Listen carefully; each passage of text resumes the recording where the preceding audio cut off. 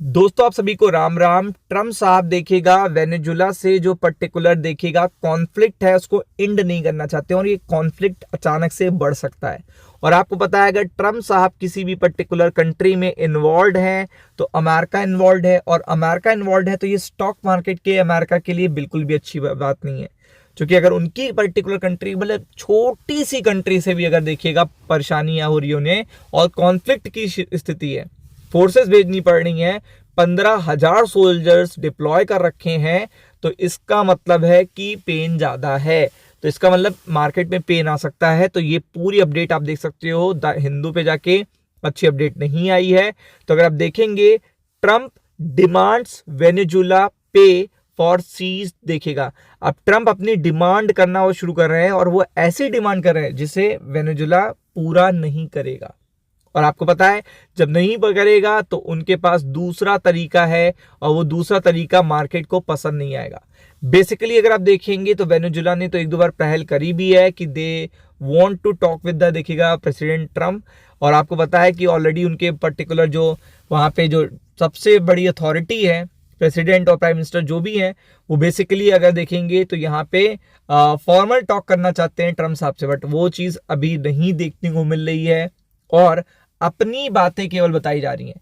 Venezuela को Trump साहब या अमेरिका अपनी बातें केवल बता रहा है, तो वो चीज बड़ी प्रॉब्लमैटिक है। आपको पता है वो चीज ही कॉन्फ्लिक्ट को क्या करती है, एक्सक्लेट करती है, बढ़ाती है, फैलाती है।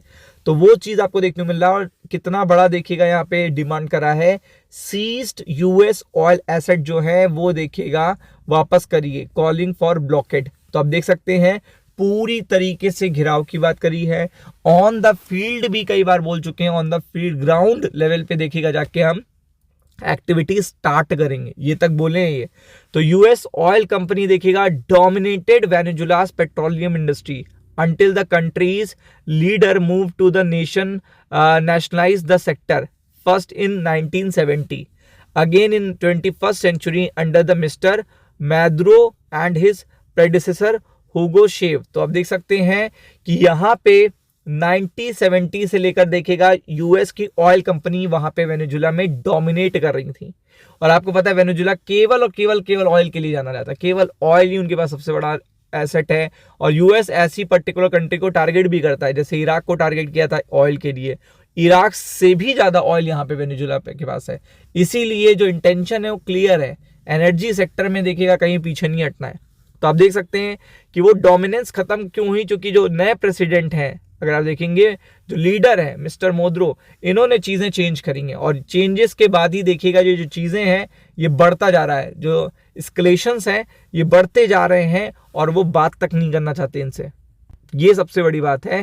तो आप देख सकते हैं प्रेसिडेंट डोनाल्ड ट्रम्प देखिएगा Venezuela return asset it seized from the oil companies years ago, अगर देखेंगे कई साल पहले, justifying his new announcement of blockade against oil tankers travelling to from देखिएगा south American country the face American section. तो आप देख सकते हैं कि ऑलरेडी वो सारी चीजें जो चाहते हैं अमेरिका, वो आपको पता है वो अपने शर्तों पे चाहते हैं।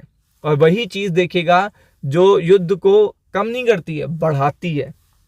तो आप देख सकते हैं Trump cited the loss of US investment in Venezuela when asked about his newest tactic, नया tactic pressure campaign against Nicolas Maduro, suggesting his administration move to confront leader in Caracas, at least somewhat motivated by dispute over oil investment। तो आप देख सकते हैं acquisitions लगाए हैं इनकी particular सरकार पे, जो वेनेजुएलियन सरकार है, ड्रग ट्रैफिकिंग को कि यहाँ से हम लोग के देश में अमेरिका में ड्रग भेजा जाता है, उससे देखिएगा कॉन्फ्लिक्ट स्टार्ट हुआ था। और अब सैंक्शन लग रहे हैं ऑयल टैंकर्स पे, और फिर यूएस एसेट जो सीज करी है उसको वापस करने की मांग है। और आपको पता है कि अभी ये मुद्रो जी करेंगे नहीं, क्योंकि उन्होंने सारी जो कंडीशन है वो देखिएगा आपको पता है एनालाइज कर ली है। We are not going to letting anybody going through who shouldn't be going through, Mr. Trump told to the reporter. You remember they took all of energy rights, they took all our oil not that long ago and we want it back। तो आप देख सकते हैं demand कर दी है, but वो मानने को भी तैयार नहीं है। और आपको पता है कि जब नहीं मानेंगे तो ये चीज प्रेशर क्रिएट करेगी। अगर अमेरिका इन्वॉल्व होता है यहाँ पे किसी भी तरीके की एक्टिविटी में, तो इसका प्रेशर आपको देखने को मिल सकता है यूएस स्टॉक मार्केट पे, तो be prepared for it. Ram Ram.